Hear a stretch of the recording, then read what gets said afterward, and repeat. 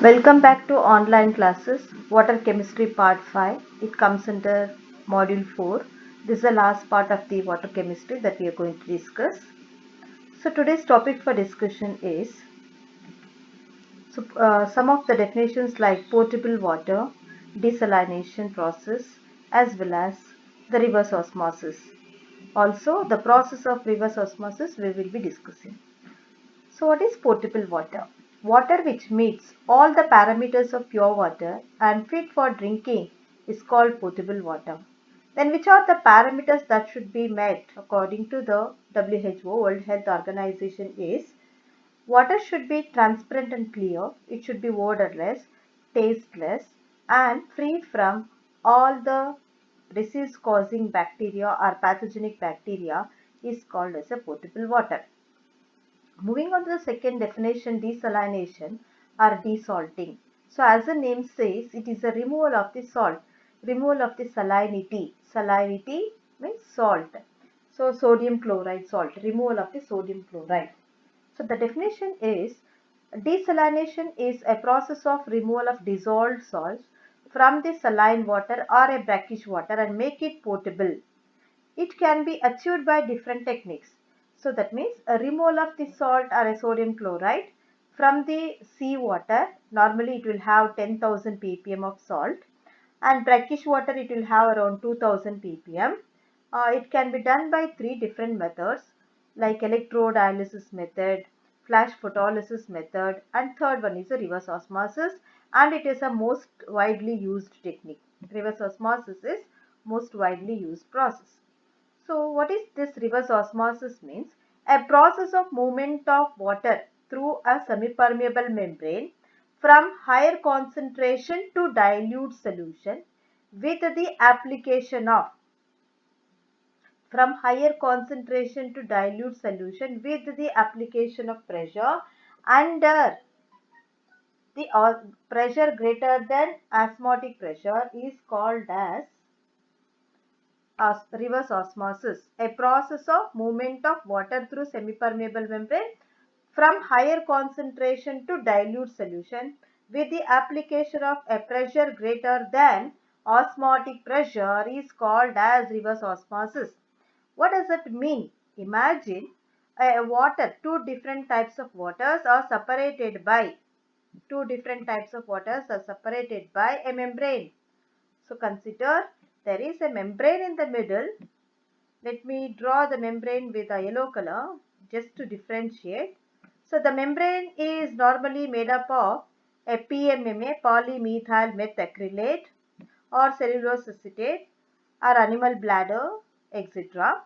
And either side of the membrane, saline water and fresh water is kept. So now this is the saline water. Saline water means it can be sea water or brackish water having high concentration of sodium hydroxide. I will just write it as saline, and it is a concentrated. The amount of salt present in this is high, so we'll call this as a concentrated solution. On the other side, a fresh water is kept. On the other side, let us keep the fresh water same level. This is the same level of fresh water, meaning amount of salt present in this is low, hence we call this as a dilute. So fresh water amount of salt in this is less, that's why this can be considered as a dilute solution. When a situation is like this, it is the natural tendency that pressure will be created along the freshwater side, and that is called as a osmotic pressure. A pressure will be created here. This is a natural tendency. As a result of this, the water molecules will migrate from fresh water towards the saline water side. Now, due to the pressure exerted by the water sample, the pressure we call it as a osmotic pressure, the water molecules will start drifting, moving towards the saline water side through a membrane. So as a result, the level of water increases. The level of water on the saline side, that is brackish or sea water level, will be increasing. This side the level will be decreasing. This process is a natural process, so no external aid or no external pressure is needed. It is a natural tendency, so natural process, and it is called as osmosis.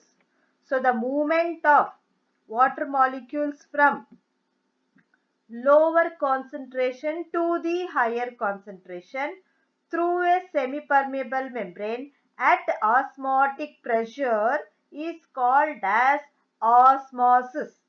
But our objective is we have to extract water from the saline water. We have to reverse this process. So our objective is, so we have to extract water from the saline water. So that is our object. We need to reverse this process. So for that we need to apply a pressure greater than this osmotic pressure over this saline water side.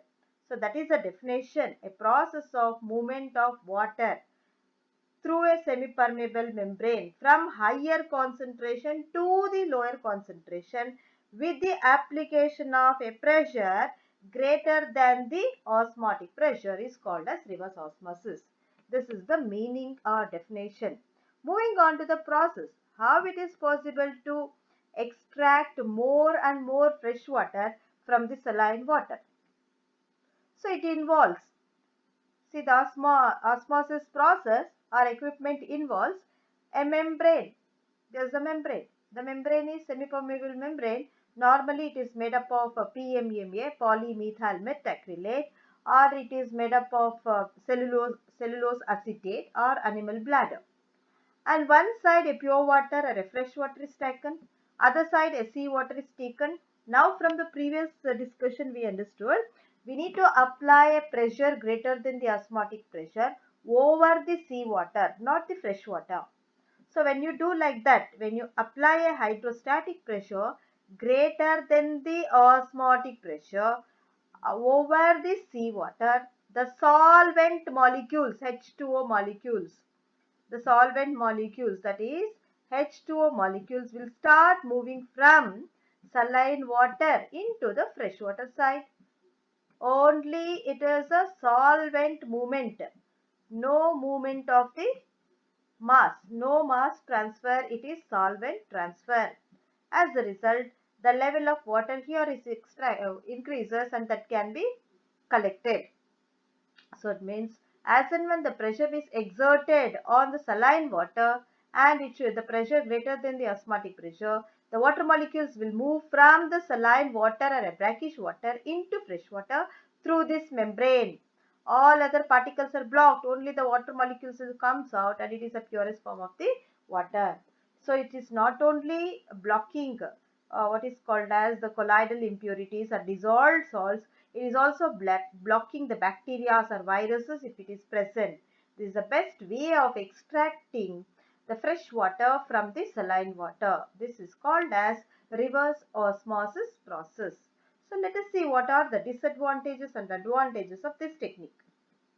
So the advantages is the method is very simple and it is economical and it is more compact in nature, and energy needed for operating this servo system is very low, and the membrane, once it is giving problem, it is easy to replace.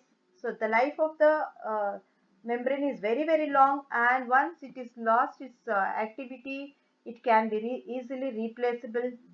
And then many number of such compartments which we have discussed in the earlier slide, or many number of such compartments are placed parallel to each other, so that more and more amount of fresh water can be easily extracted, and all sorts of impurities can be blocked, so such as ionic, non-ionic, colloidal and high molecular weight organic matter, any such thing if it is present, it can be removed except colloidal silica. Rest all the impurities can be easily blocked by the membrane.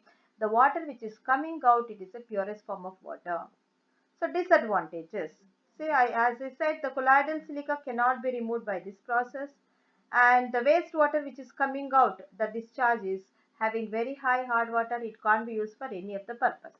Otherwise, it is a very very good technique to use it, and widely it is used for domestic usage, schools, hospitals, uh, sorry, educational institutions, hospitals, everywhere, industries. For drinking, RO system can be installed, and we can extract more and more amount of the fresh water from saline or salt water.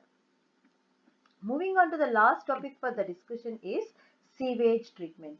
In the earlier classes only we have discussed something about the sewage while talking about the BOD and COD. The BOD and COD will tell us the oxidizable impurities present, and if the sewage contains a heavy load of BOD, pathogens, bacteria, color, odor, smell, etc., it should be processed before discharging into the running water bodies. Otherwise, it will lead to the deficiency of oxygen level. I said, so if any water body, if you take like a pond, etc., minimum 8 ppm oxygen should be there. If the oxygen content is decreasing due to the degradation of the waste present in this sewage, it will lead to the death of the animals, decreases the oxygen content and leads to death of the animals, aquatic animals, and pathogenic bacteria are causing waterborne diseases. This is the problem of the sewage. So that is the reason care should be taken, and it should be processed. After calculating the BOD and COD value, we will come to know how much of oxidizable impurities are there, and it should be processed properly. Then only it should be discharged, or it should be used for the any other purpose like agricultural activities, irrigation, or tertiary, after tertiary treatment, recycling of water. All such things can be done. So this sewage treatment involves three stages. The stage one is called as a mechanical or a primary treatment. The process of removing the suspended solids is called as a primary treatment, and it involves again four steps. The step one is a screening. Screening means it is a physical means by which all the bigger particles floating on the surface, like rags, torn shoes, or plastic covers which are present, can be blocked by the wire mesh. The screen, a bar mesh, is nothing but a wire mesh. When this gutter water or sewage water is run through it, it will block all such things. So all bigger particles like rags, shoes, plastic covers will be blocked here. Later it is subjected to the filtration. Here what exactly we do means sand filters will be there, sand filter beds will be there, and so that all the suspended matter will be blocked. And later one more step is there, that's called as a grit removal, and all the suspended minute glass pieces, pebbles, all such things can be removed by the grit removal process. And third one is the sedimentation. So after the grit removal, the water is allowed to settle in a sedimentation tank without disturbance. All the particles which are having a heavy mass will be settling to the bottom due to gravity, and the top water will be clear. So this top water, if is having any colloidal impurities, then it should be treated with the alum. So when we treat with the alum, all these colloidal impurities can become a precipitate. The top water becomes clear. This is called as a primary treated water. In the picture I will show you here. Yeah. So this is the effluent or a sewage. It is run through this primary clarifier. Primary clarifier means this is after the coagulation process. So after the coagulation process, I mentioned no four steps. The first one is called as see here. Yeah, screening process. Using the wire mesh, all the bigger particles can be blocked. Filtration, small minute particles, using the sand filter. Third one is a grit removal, that is the glass pieces, stones, pebbles, all those such things can be settled to the bottom. Now sedimentation, that means water is allowed to settle in a sedimentation tank without disturbing, so that all the minute particles, suspended particles, settle to the bottom. And if it is having a colloidal impurities, that can be removed by what is called as alum. And this water we call it as a primary treated water, that can be taken in a the primary uh, clarifier. So the primary clarifier means by all the four means which we have discussed in our earlier slide. So the secondary treatment. What is the secondary treatment? There are three names given to this secondary treatment. It's called as a biological treatment, or it is also called as activated sludge process. The sludge meaning the solid mass or a solid biomass which is settled after the primary treatment. That's called as a sludge. See here, when the water is allowed in a primary clarifier, supernatant is taken for the next step. The solid mass it is left out at the bottom, biomass, is called as a primary sludge. So secondary treatment, activated sludge process, or biological treatment, secondary treatment, like that there are different names given. So what is the process here? What are the steps involved in this process means? See, this primary treated water is taken in a tank called as a aeration tank or aeration tank. And after that, this small quantity of the sludge having the soil microorganisms is sprinkled on the top, and air is blown from the bottom here. So air will be blown from the bottom. Here they have shown actually the air will be circulated from the compressor from the bottom. The air is circulated to this tank from the bottom.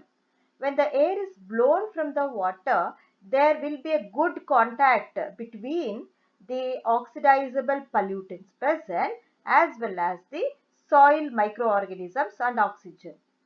So, if one of the pollutant, let us consider it as a CH2O, it is present here. Now, soil microorganisms are there and air is blown, air is supplied, oxygen is there.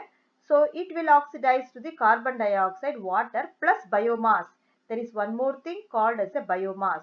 A solid residue will be left out. That's called as biomass. So, only one single compound I have taken like that. This primary treated water will have many such compounds like acetic acid or glucose or sucrose, something like that. So, our proteins, amino acids, such pollutants will be there. If amino acids means we will get N2, nitrogen, water and biomass. And proteins are there again N2, water plus biomass. So like that it brings about the aerobic oxidation. After aerobic oxidation with the help of soil microorganism, so it is transferred, the whole of the water is transferred into the secondary clarifier and it is allowed to settle down. So all the solid mass, the biomass will settle to the bottom. Top layer we have a clear water, transparent water. This is called as a secondary treated water. This secondary treated water will be checked for the pathogenic bacteria. If it is free from the bacteria, directly it can be used for the irrigation purpose, agricultural activities. Otherwise, if it is having the pathogenic bacteria, it should be killed. How means? By passing the chlorine gas. To this, a chlorine gas can be passed through, or you can also use a bleaching powder by passing the chlorine gas, or by using a bleaching powder, or by ozone gas. Any one uh, thing can be done here. So secondary treated water, if it is having any pathogenic bacteria or disease causing bacteria, initially it should be tested. After testing, chlorine gas can be passed through, or bleaching powder can be added, or ozone gas can be run through, so that it becomes free from the pathogenic bacteria. Directly it can be used for the irrigation purpose. So that time the solid mass left out here, that is taken out. A small portion of that can be recycled. That means this tank will be empty now after transferring. A fresh batch of water, a fresh batch of primary treated water will be taken here, and small portion of this sludge will be sprinkled on the top. Air is blown from the water from the bottom, and mixing will be done. Again the same process, oxidation happens. It's a continuous process, and small quantity we are using here, and excess quantity of the sludge will be there. So what to do with this excess sludge means, the excess sludge is nothing but a biomass. It can be used for the agricultural activities as a manure. So that's about the activated sludge process. The last step is tertiary treatment, making the water potable, that is recycling. So the secondary treated water, if it is having enough amount of the phosphate, it will affect the quality of water that should be removed. To remove that, a calculated amount of calcium hydroxide will be added so that the phosphate binds with the calcium and becomes a precipitate of calcium phosphate.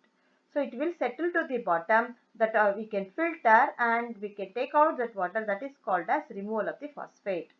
And if any residual organic impurities are still present, then the water is run through the sand filters. Sand filters are a coal filters. Powdered charcoal can be taken or sand can be taken. It will have a more porosity. Number of pores will be more. As a result, all the suspended impurities or organic impurities will be taken up by the sand filter. That is by phenomenon called as the adsorption phenomenon. And now this water, if it is having any colloidal impurities, it is treated with the coagulants. Coagulants like alum, ferrous sulfate, etc. It becomes a precipitate, filter it and take it out. And if the water is having a specific odor like a pungent odor, rotten egg, so then degasification has to be done. Remove these gases. So degasification of this, remove the odors. Finally, it is tested for the microorganisms. If it is having a disease causing microorganisms, immediately it should be killed by treating with the chlorine water or bleaching powder or ozone as a disinfectant. This is called as the tertiary treatment. The sewage treatment has three things: primary, secondary and tertiary. Primary, it is simply a mechanical process. Secondary, it involves the soil microorganism, and tertiary make the water potable. So that's about the sewage treatment, and this completes our water chemistry module. So thank you, students.